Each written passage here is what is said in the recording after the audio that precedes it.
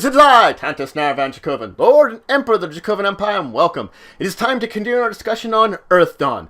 We were talking about the basics of character creation. In today's episodes, I'm going to talk about the finishing touches for your character, helping to find a little bit, introduce its backstory, and start talking about disciplines a little more in depth. So let's talk about the finishing touches for your character. Your character's going to need some kind of personality.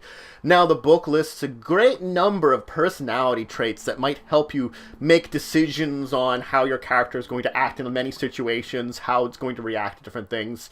It suggests that you choose one or two of those, while coming up with one or two on your own. Help use these 4 traits to give an idea of how your character is going to react to most situations. Now, that's just only part of helping develop who your character is. Your backstory is also incredibly important to this too. You're gonna have to ask a number of questions that'll help define it. What gender is your character? How big or small are you for your race? Are you tall for your race, short for your race? What is your effective basic physical description? Describe how you effectively look, include your eyes, hair color, skin color. The races will tell you the basics for them. Where were you born? How old are you? Do you have any family remaining, and if you do, what family that is?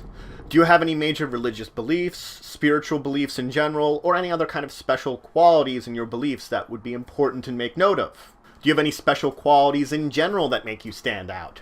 Do you have a moral code? Is there anything you just can't really do? Anything you're really great at doing? What do you love? What do you hate?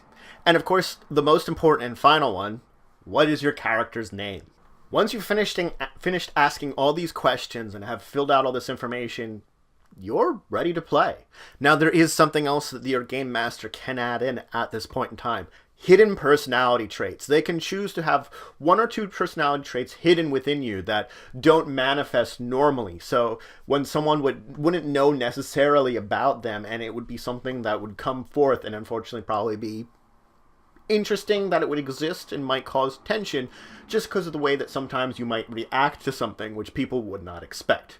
Now let's start talking about disciplines. So, becoming an adept is something that is intrinsically different than just being an ordinary person. It's more than just the gaining of the abilities you have. It's beginning to see the world in a different light and understand the nature of the world. It's observing and understanding things completely different mannerism than your average person.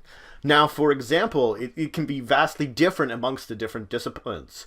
You could have the same talent for 2 different disciplines, and it would be intrinsically different.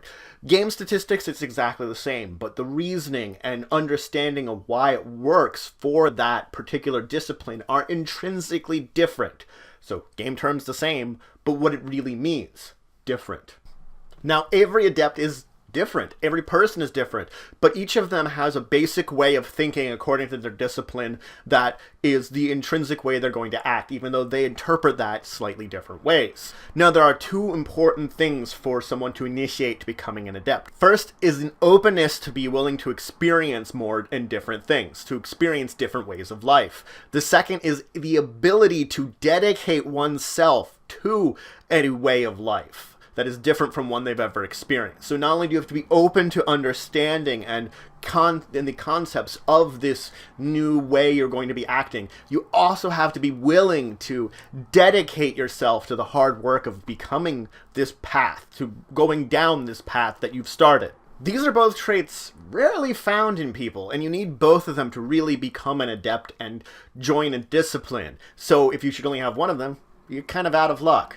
Now, unfortunately, there is a degree of physical fitness that is needed to become part of an adept. Even if you in general aren't a very strong or very tough person, you at least need to be fit in whatever toughness your body tells you to, because there is strains into it. So those that are kind of infirm or have problems similar, they don't tend to be able to become adepts. They don't have that ability. It's prevented because of their physical capabilities can limit them.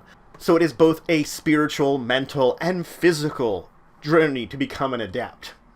Joining a discipline, it can be easy, but learning the discipline is where the hard part is. An initiation ritual, which is how most disciplines initiate new adepts into them, is oftentimes some kind of sudden shock to act as a stimuli to open up someone's mind to new experiences, effectively putting them in the right mood to initiate into it.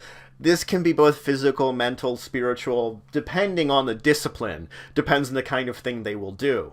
Now, most adepts, they're also adept at being teachers themselves. Just because you've become an adept, that you've entered into this discipline, doesn't mean you can't teach others. As soon as you have reached that first circle, you are in position to do so, and there are many that do so, teach others. But the process of choosing who to teach is what's important about it, yet you have to find the right person. Now, truthfully speaking, an adept can have more than one discipline.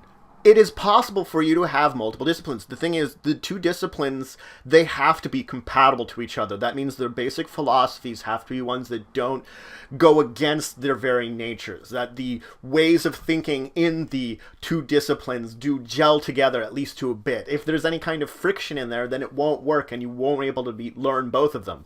And there can be actually interesting things because both of them have very different philosophies. And you can actually see that people take on different personalities and sometimes just simple traits sometimes, or a completely different personality sometimes when switching between these two disciplines. So an adept that has the luxury and the ability to study multiple disciplines can often find strange ways in the way they act and sudden switches in mood and personality because of driving themselves on two different paths at the same time, because you're not just mixing those paths, you're splitting your time and energy between two different ones. So it's not that they are truly compatible, it's just that you've found the ability to push yourself that much harder than a normal adept would.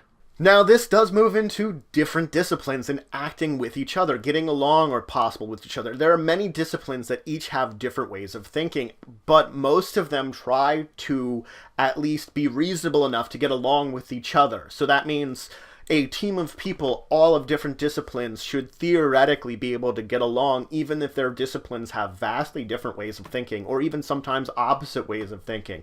It's overall the ability of the players to find that common ground, and it is also the abilities of the players to find their common ground within their own disciplines to see where they want to place their characters' ideals and personality, and it is up to them to work with the game master to figure out how their vision of the discipline works, and if it is ones that fits within the common ground that is for that discipline.